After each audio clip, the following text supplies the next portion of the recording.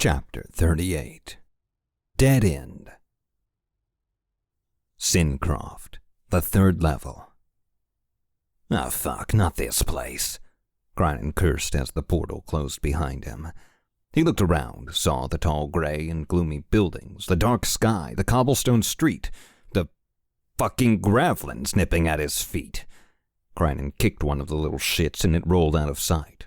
He looked around, making sure nobody saw, and he could only sigh when he got a better view of his surroundings. Sincroft was on fire.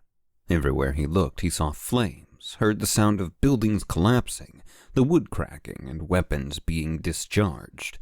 A heavy fog of smoke and dust filled the air, and those who were still sane ran in all directions. "This is chaos," Crinan said as he looked around. People were trampling each other, running from one danger to the next. They screamed and pushed and shoved, and Crinan was all of a sudden in the midst of them all. "What's going on?" Crinan shouted as he was forced to run alongside them. "Why are we running?" Nobody responded. They only continued screaming in terror and running to wherever they were going. If Crinan stopped, he risked being trampled like the others he had seen, and at this point he wasn't about to risk respawning if he didn't have to. So, he ran. "Seriously," Crinan shouted as he ran with the group. "What is going on?" "Shut up and run!" someone yelled back to him. "The players are here!"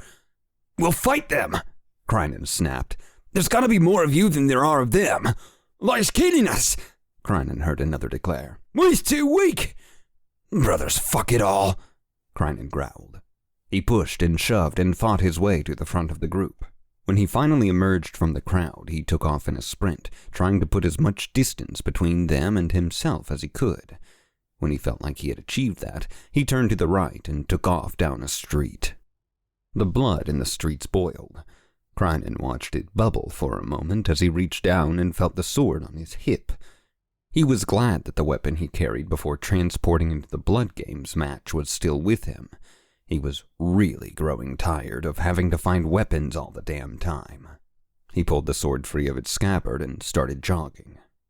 "Market," he said aloud to remind himself how he had escaped Sincroft the last time. "Just have to get past the market. Where's the damn market?" Crinan looked around. The street he was on was lined with buildings. The same-looking buildings that filled the rest of the city. He had no idea where he was or where he needed to go. He was lost, and that frustrated him. A loud explosion erupted from his right, and debris rained down on them. Crinan ran to avoid being struck by anything big and wondered exactly what had triggered the explosion. Shortly after, he heard screaming, footsteps, and the sound of gunfire. "This doesn't seem right," Crinan said to himself as he ran away from the danger zone. "All these guns seem—" "I should say it is not right, Crinan," Sage said. "The Govian Inquisitors have sent in teams to begin executing prisoners turned players. They want the ranks thinned. They want everyone to respawn at level 1 so they can herd them and keep them from becoming a threat." "That's bullshit," Crinan snapped in reply. "They gotta fuck with us in life and then they have to dominate us in death." "For some people, simply being in charge is not enough," Sage sighed. "Unfortunately, those people run our world." "Yeah, get me out of here and they won't much longer," Crinan growled. "This isn't right. None of this is right. People have to rest eventually, no matter who they are." "Oh, I agree, young Crinan," Sage replied.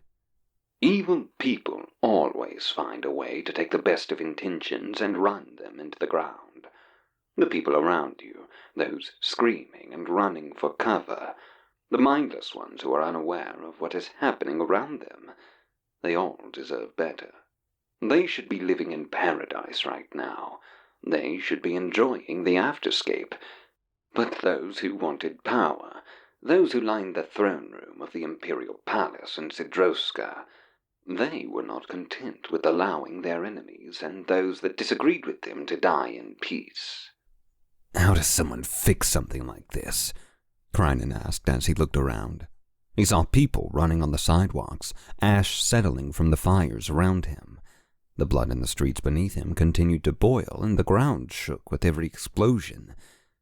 How can we just let people die in peace? In time, the answer to that question will become evident, Krynen.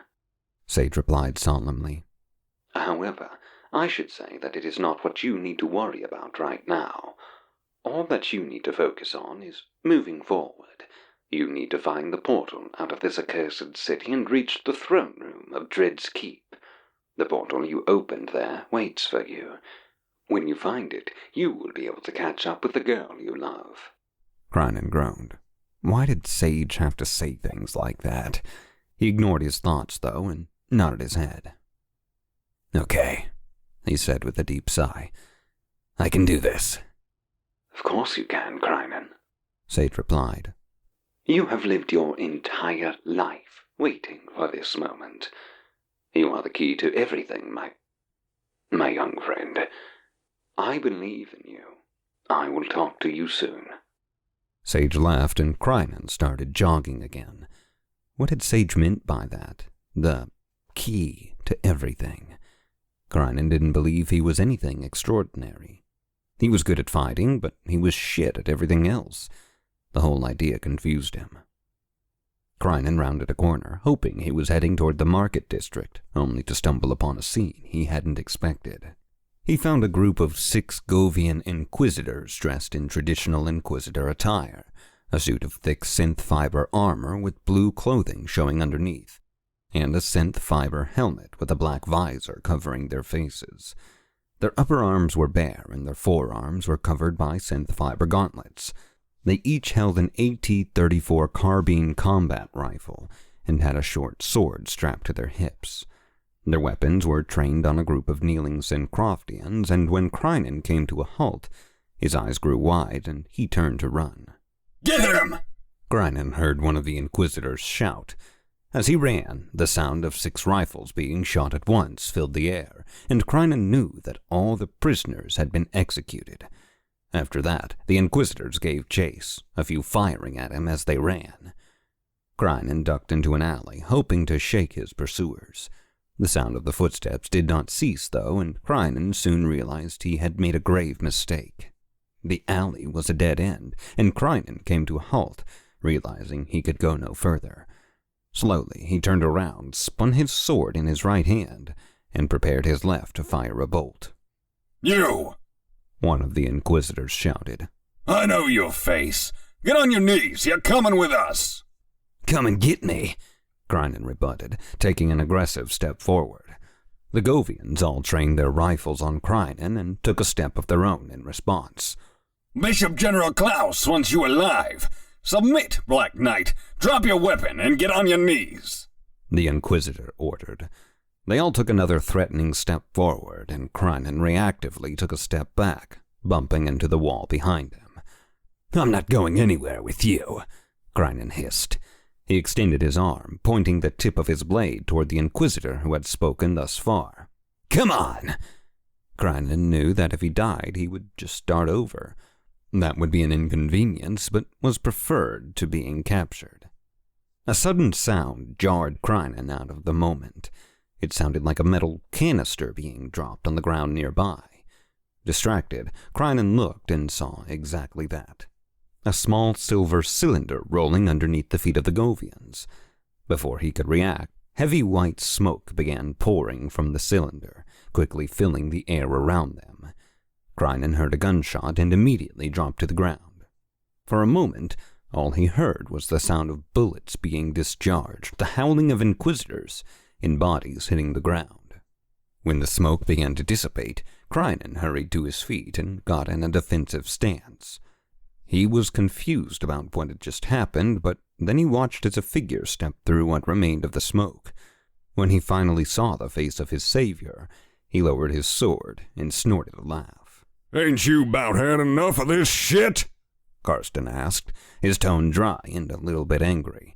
He held a smoking revolver in each hand, had his wide-brimmed hat on top of his head, and wore his long duster jacket. He stepped forward, licked his chapped lips, and looked Krynen up and down.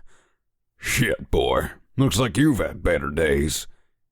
Karsten, Grinan said as he stepped forward. How did you know I was here?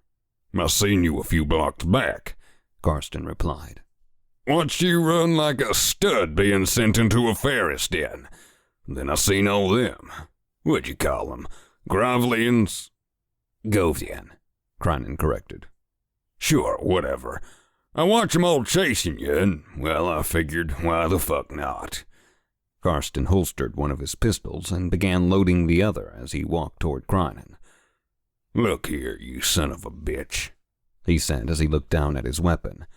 I've been having thoughts ever since you left.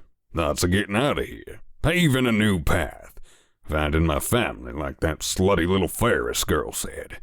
I should have gone with you the first time, but, well, I reckon I might have been a bit too scared.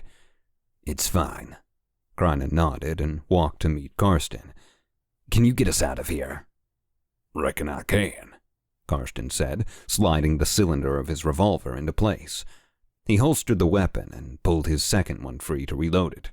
Can you get me to the 7th level to find my family? I can try, Grinan replied. Good enough for me. Karsten slid the bullets into his pistol, put the cylinder in place, and spun it in his hand so that the handle was facing Grinan. Last time I seen you, you was a pretty damn good shot.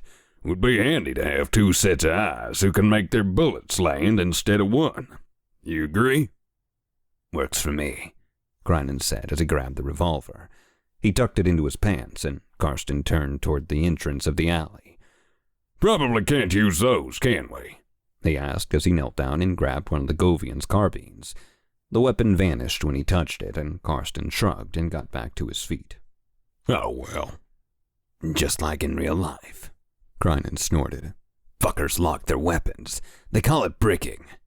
That information doesn't do shit for me down here, Karsten said as he beckoned for Grinan to follow. Come on, marketplace is this way. Let's get your dumb ass out of here so we can move on with our lives. You think the portal will be in the marketplace again? Grinan asked. Isn't it random? Hasn't been today, Karsten replied. Ever since the players and the Govians showed up, portal's been open. I guess it's a retreat option or something for 'em to some shit.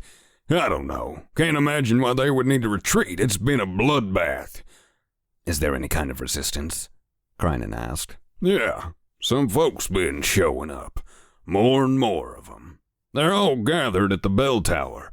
I heard some of 'em calling a couple of 'em commander. Heard the word centurion thrown around.